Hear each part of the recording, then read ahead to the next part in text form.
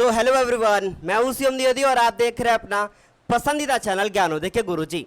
मेरे प्यारे बच्चों, ये है आपका क्लास 12th का फिजिक्स, जिसमें आज हम लोग ये लेक्चर नंबर 18 कवर करने जा रहे हैं इस चैप्टर नंबर बच्चों 3 के लिए, जिसमें आज हम लोग कुछ महत्वपूर्ण आंकिक प्रश्नों को करने वाले हैं। ये आंकिक प्रश्न आपके कुछ तो एनसीईआरटी के होंगे और कुछ आपकी रेफरेंस बुक के आपके ये क्वेश्चन होंगे। एक सवाल है आपसे, इस चैप्टर के बाद आप कौन सा चैप्टर पढ़ना चाहते हैं ये आप कमेंट सेक्शन में जरूर बता दीजिएगा बच्चों। तो हम लोग आज के इस वीडियो को शुरू करते हैं फाइनली, क्योंकि गुरुजी है तो संभव है।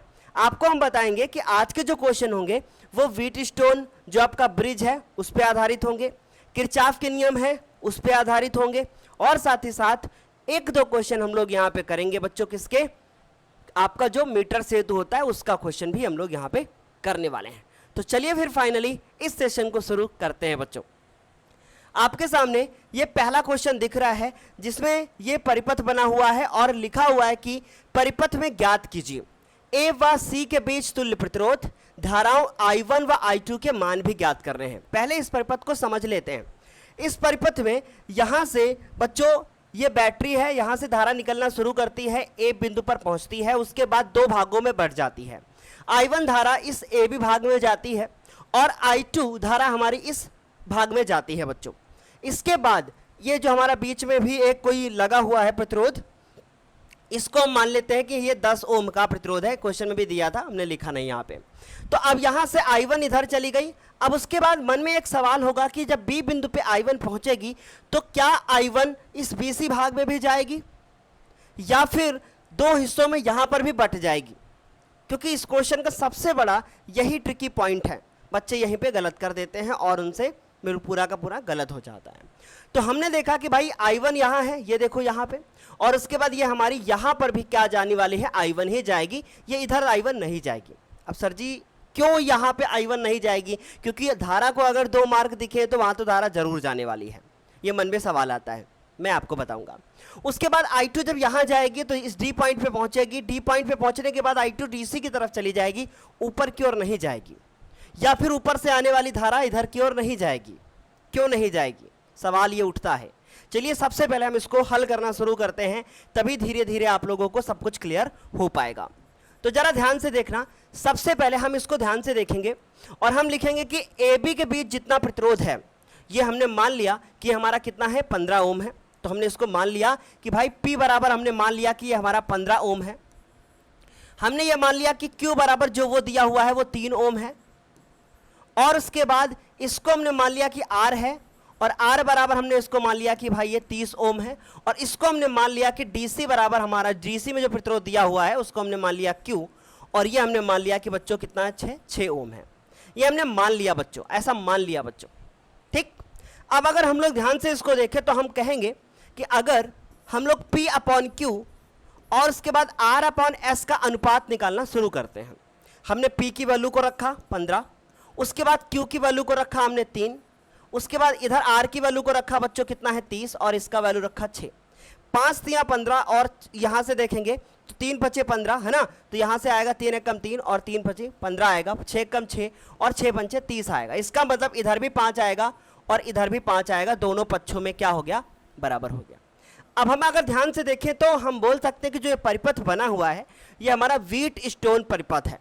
ये परिपथ जो बना है ये व्हीटस्टोन है। तो हम लोग लिखेंगे कि यह परिपथ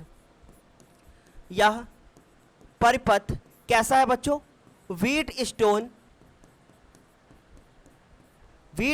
ब्रिज का पालन करता है, ठीक है। इसलिए अगर ये हमारा इस तरीके का परिपथ बनेगा तो हम बोलेंगे कि इस BD में कोई भी धारा नहीं बहेगी। अतः BD में कोई भी धारा नहीं बहेगी। ये हमने कहाँ पर पढ़ा है बच्चों, व्हीटस्टोन ब्रिज में। इसमें कोई भी धारा नहीं बहेगी, और अगर इसमें कोई भी धारा नहीं बहेगी तो इसका 10 ओम का काम खत्म, इसका कोई अस्तित्व तो बचा ही नहीं, क्योंकि ये वाली भाग अब इसमें जुड़ा हो ना जुड़ा हो कोई फर्क नहीं पड़ता, ये हमारे क्या हैं, यूजलेस हो गए। तो अब हमारा जो परिपथ बचेगा सिर्फ और सिर्फ ये हमारा ये पूरा का पूरा खत्म हो जाएगा, जो आपको यहाँ पे दिख रहा है ये जो आपको ये वाली लाइन दिख रही है ये पूरी यहां से खत्म कर दो, उसके बाद इसको भी क्या कर दो, इसको भी यहां से हटा दो। अब इस तरीके का परिपथ बनेगा, और जब इस तरीके का परिपथ बनेगा तो हम लोग सिंपली ए बी को और इसको श्रेणी क्रम में जोड़ लेंगे, फिर इसको भी श्रेणी में जोड़ लेंगे और बाद में हम लोग समांतर क्रम में जोड़ देंगे, हमारा आंसर हो जाएगा। बोलो बच्चों, क्या ये इतनी बात आप लोगों को समझ में आई? बहुत आसान था। तो अब हम लोग क्या करते हैं, इस तरीके का परिपथ हो गया, अब हमने ये जो अभी मिटाया था उसको फिर से बना देते हैं ताकि आपको दिक्कत ना हो। क्लियर? चलो अब आगे कंटिन्यू करते हैं, जरा ध्यान से समझना। ठीक, अब आगे कंटिन्यू करते हैं और इसको थोड़ा सा हम छोटा कर देते हैं।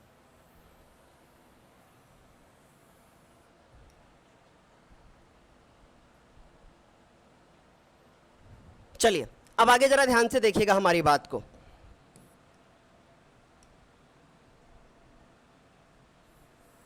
ठीक है, अब हम लोग लिखेंगे कि P और Q श्रेणी क्रम में है, तो हमने लिखा कि P व Q कौन से क्रम में है? श्रेणी में है।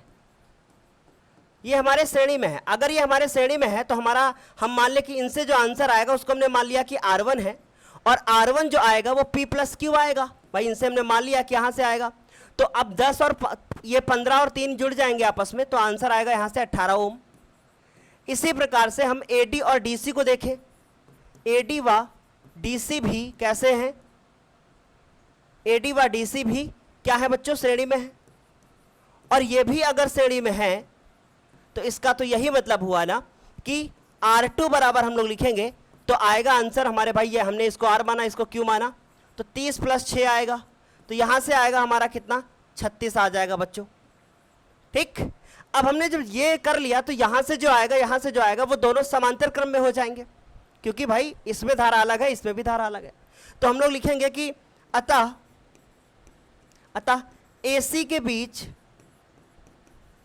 AC के बीच तुल्य प्रतिरोध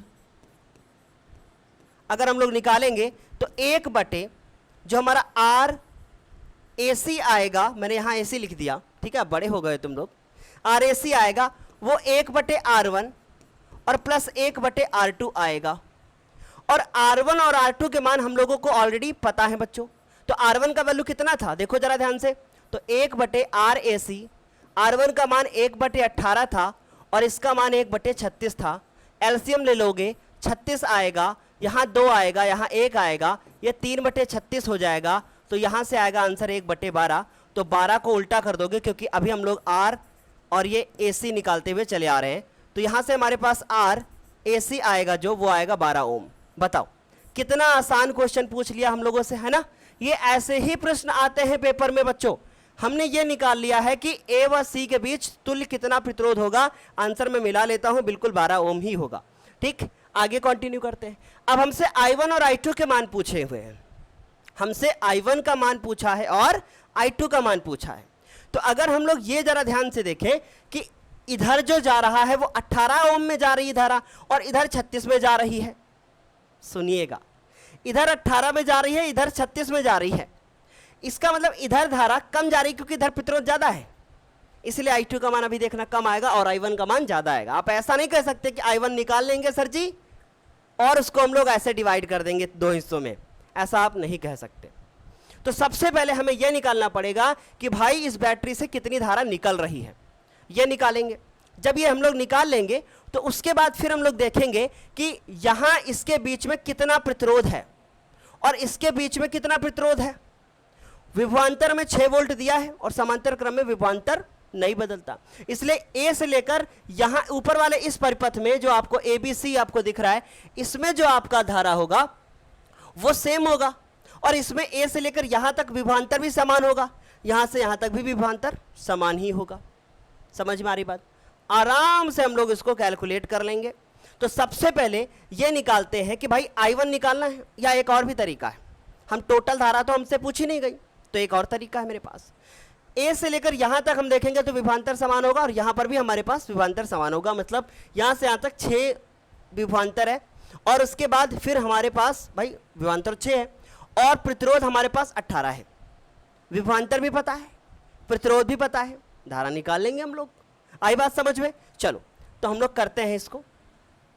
तो हम लोग लिखेंगे कि चूंकि हमें अब I1 निकालना है तो हम लोग R1 जानते हैं अतः I1 बराबर R1, भाई I बराबर हम लोगों ने एक फॉर्मूला पढ़ा है कि V अपॉन आर, तो V अपॉन आर और यहां 1 कर दो तो V का वैल्यू दिया हुआ है 6 और R1 का वैल्यू अभी भी आपने निकाला था कि भाई 18 आया था, 3 से कटेगा, 3 दूना 6 आएगा, या फिर हम डायरेक्ट काट देते हैं, 6 कम 6 हो जाएगा और 6 3 18 हो जाएगा। इसका मतलब 1/3 एम्पियर हमारी धारा आ जाएगी। बताओ क्या आप लोगों को इतनी ये बात समझ में आ गई?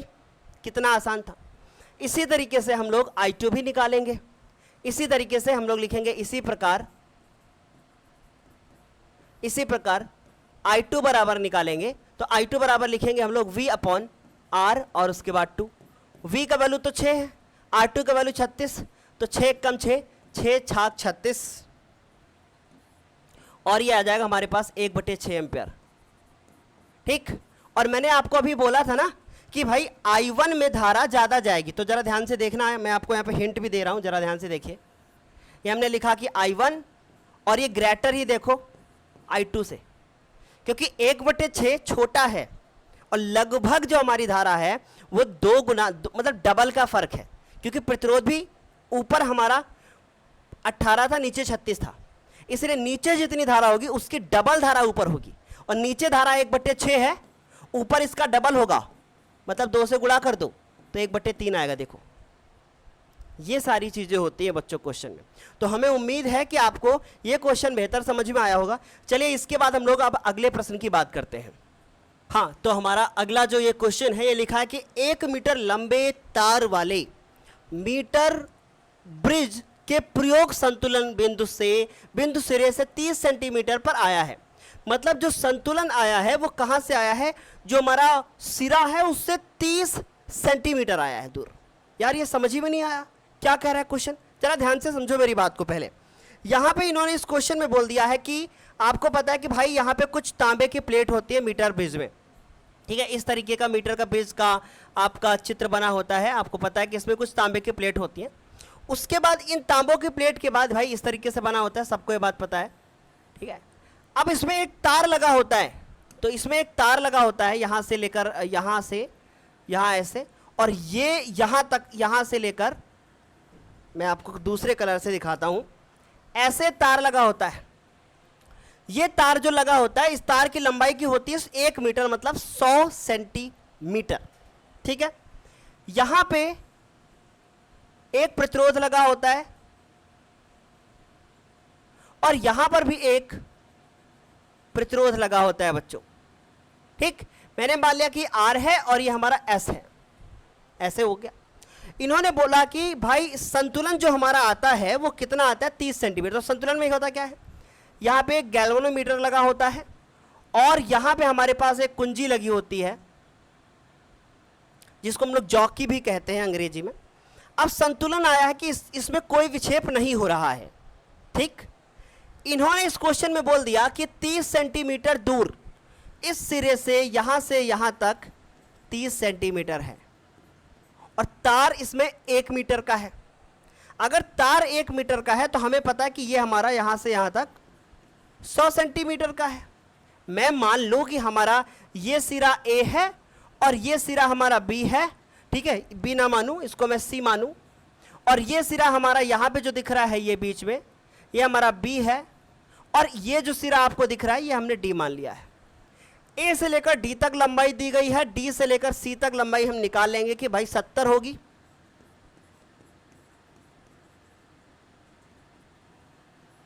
ठीक। ये हमने 70 सेंटीमीटर निकाल लिया है।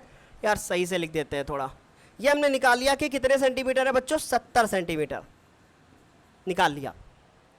अब हमें इसमें यह निकालना है कि दोनों प्रयोगाधीन, मतलब जो प्रयोग में हो रहे हैं, इसमें एक ये प्रतिरोध और एक ये प्रतिरोध, भाई ये तो अज्ञात होता है, यहां बॉक्स लगा होता है, मुझे ये बताना है कि इन दोनों का अनुपात कितना होगा, ये बताना है।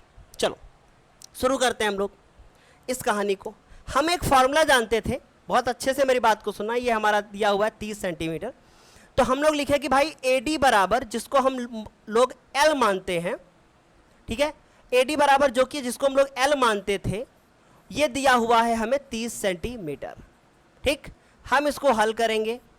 हम एक फार्मूला जानते थे कि अगर हम r अपॉन s निकालेंगे, अगर हम r अपॉन s निकालेंगे तो l अपॉन 100 माइनस l आएगा। ये हमने आपको बताया था।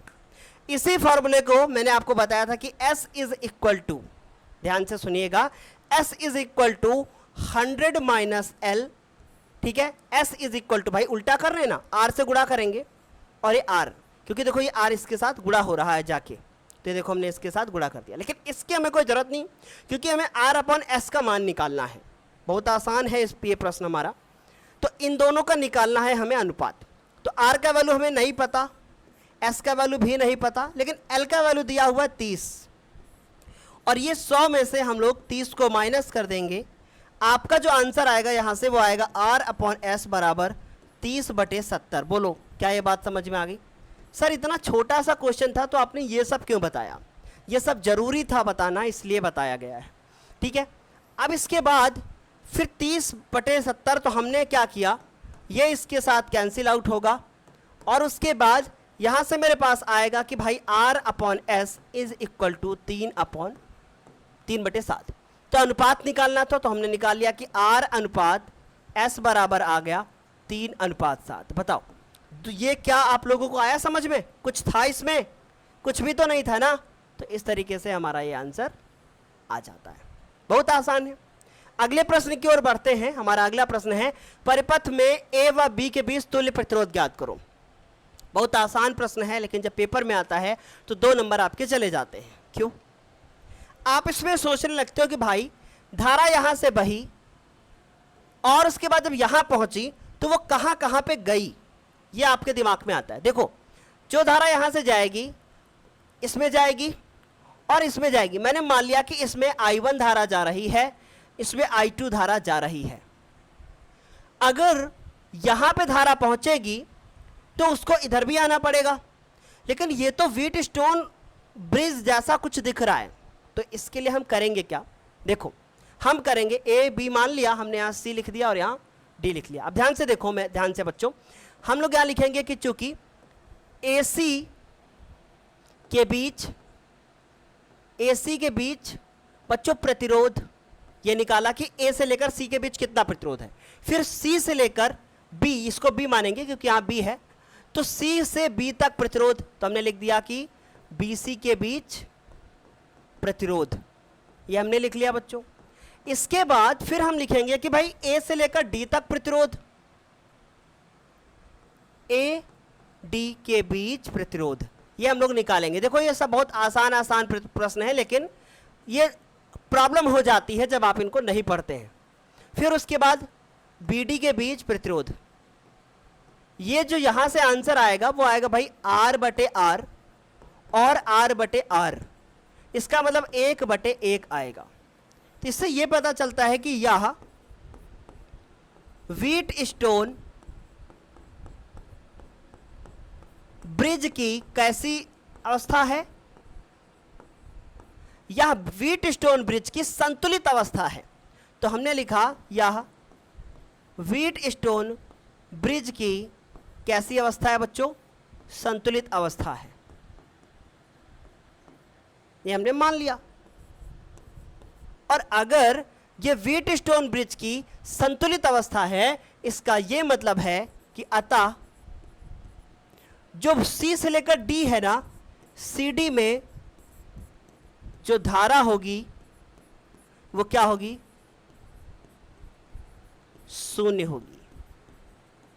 और अगर CD में धारा शून्य होगी, इसका यह मतलब है कि यहां इससे कोई मतलब नहीं है। I1 यहां जाएगी तो I1 इधर से निकल जाएगी, I2 इधर जाएगी तो I2 इधर से निकल जाएगी, कोई फर्क नहीं पड़ेगा, इसको इग्नोर करती हुई बेचारी चली जाएगी। समझ में आई बात? जब ऐसा होता है तो जो ये बीच वाली लाइन आपको दिख रही, इसमें कुछ भी हो उसको हटा दोगे, कोई मतलब नहीं हो आपको उससे। तो हम लोग क्या करेंगे? अतः अब हम लोग बच्चों यहां कुछ करने वाले हैं, ध्यान से सुनना मेरी बात। अतः बच्चों हम लोग लिखेंगे कि A से लेकर AC के बीच ये है और ये हमारा ये है। तो हम लोग ये निकाले कि यहां से ये R और R दोनों तो श्रेणी क्रम में है, तो मैंने लिखा कि R A, इसको लिखेंगे ACB। तो हमने ये निकाला कि R ए सी बी का मान अगर हम निकालेंगे तो भाई आर प्लस आर, देखो तुम लोग बड़े हो गए हो, समझदार हो, इसलिए हमने लिख दिया आर ए सी बी, मतलब इसका कितना आएगा, ठीक। तो आर प्लस आर जो कि आएगा हमारे पास 2R। फिर हम ए डी बी, मतलब आर प्रतिरोध ए डी बी, शॉर्ट में चल रहे हो ना हम लोग, तो आर प्लस आर वो भी कितना आएगा 2R। अब जो ये परिपथ होगा वो कुछ ऐसे बन जाएगा,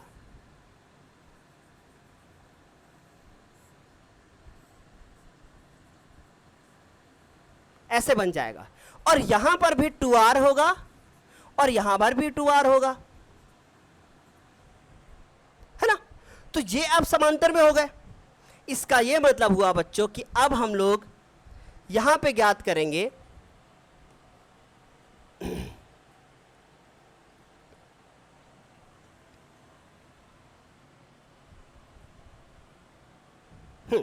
अब हम लोग निकालेंगे कि, इसलिए आर इक्विवेलेंट हमने निकालना है, तुल्य प्रतिरोध निकालना है, तो वो हो जाएगा हमारे पास 1/R। No no no, R equivalent को अगर आपको निकालना है तो हम लोग लिखेंगे 1/R equivalent is equal to 1/2R और प्लस 1/2R। एलसीएम लोगे बच्चों तो आएगा 1/R इक्विवेलेंट बराबर 1 प्लस 1/2R, तो यहां से आएगा हमारे पास 2/2R और 1/R इक्विवेलेंट। अब देखो 2 से 2 कट जाएगा तो R इक्विवेलेंट बराबर आएगा आपका आंसर R, ठीक। बहुत आसान प्रश्न है ये आपका। इसके बाद हम लोग यहां आते हैं, 4 नंबर हमारे पास क्वेश्चन है। इसको देखो, जैसे मैंने अभी ये वाला प्रश्न आपको बताया है ठीक वैसे ही करोगे आप। देखो ये 11 और 11 जुड़कर हो जाएंगे 22, ठीक। फिर ये 11 जुड़कर हो जाएंगे 22, और इसमें कोई भी धारा बहेगी नहीं। अभी ये आपको बिल्कुल सेम स्टेटमेंट ऐसे लिखना है जैसे मैंने बताया है, ठीक। बस आर की जगह पे 11। अब जो ये परिपथ बनकर आएगा वो कुछ ऐसा बनकर आएगा, देखो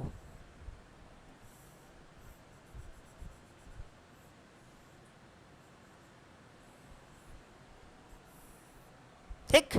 अब बच्चों 22 फिर से जोड़ दोगे तो 22 जोड़ के 44 मत करना, क्योंकि अब ये समांतर क्रम में है, तो इसका मतलब 1/22 प्लस 1/22। लेकिन आप लोग 12th में पहुंच चुके हो, हम आपको तरीका बताते हैं डायरेक्ट वाला। 22 लिखा है ना, इसका आधा कर दो 11, इसका मतलब R का जो मान आएगा वो अब 11 ओम आएगा, खत्म। समझ में आई बात। अब आपके मन में होगा सर जी अगर ये दोनों अलग अलग होते, ऊपर 24 लिखा होता नीचे 22 होता तो क्या करते, तब एलसीएम ही लेते। वहाँ ट्रिक व्रिक मत लगाना, फेल हो जाओगे फिर, ठीक। चलो अगला प्रश्न करते हैं। यदि संलग्न जो परिपथ बना हुआ है व्हीट स्टोन परिपथ, संलग्न व्हीट स्टोन परिपथ संतुलित हो, मतलब ये संतुलित है, दिख ही रहा है कि भाई ये देखो खड़ी है सुई, तो ये जो सुई खड़ी है इस ये बता रहा है कि संतुलित अवस्था में कोई विक्षेप नहीं है, तो बताना है x का क्या मान होगा। भाई अगर ये संतुलित अवस्था में है तो इसका ये मतलब है कि हम लोग 4/8 करेंगे और 2/x करेंगे, सॉल्व करेंगे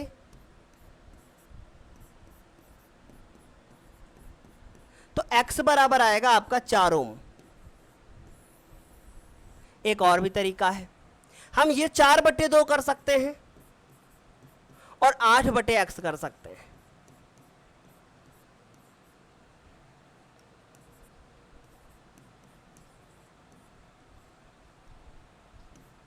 तब भी हमारा जो आंसर आएगा वो सेम ही आएगा।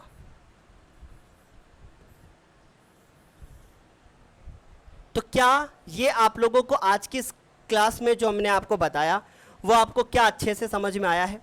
हमें उम्मीद है कि आपको सारे प्रश्न अच्छे से समझ में आए होंगे। इस तरीके से एक छोटे से पॉइंट को छोड़ दिया जाए जो कि विभव मापी है तो हमारा यह चैप्टर कंप्लीट होता है। अगले वीडियो में हम आपको विभव मापी करवा देंगे और ये हमारा चैप्टर कंप्लीट हो जाएगा। अगर आपने अभी तक इसका जो चैनल है हमारा उसका टेलीग्राम ज्वाइन नहीं किया हुआ है तो आप ज्वाइन कर लो, फ्री में ही ज्वाइन करना है आपको। ये ज्वाइन कर लेंगे आप आराम से, वहाँ से नोटिफिकेशन वगैरह सब आपको मिलेगी और आपको नोट्स वगैरह भी मिलेगा। आपने अगर यूट्यूब पे अभी हमें सब्सक्राइब नहीं किया है तो आप सब्सक्राइब कर सकते हो। बाकी फेसबुक, व्हाट्सअप, इंस्टाग्राम, फ़िलहाल ये अननेसेसरी चीज़ें हैं, आपको अगर ज़रूरत है तो कर सकते हो, नहीं तो कोई ज़रूरी नहीं है। गुरुजी हैं तो संभव है, ठीक है। इसी के साथ हम लोग अपनी इस क्लास को यहाँ पे समाप्त करते हैं। आज के लिए इतना ही, तब तक के लिए बाय बाय, टेक केयर और थैंक यू सो मच बच्चों। और बस इतना ही कहेंगे कि मेहनत करते रहिए और आगे बढ़ते रहिए। Bye bye, take care.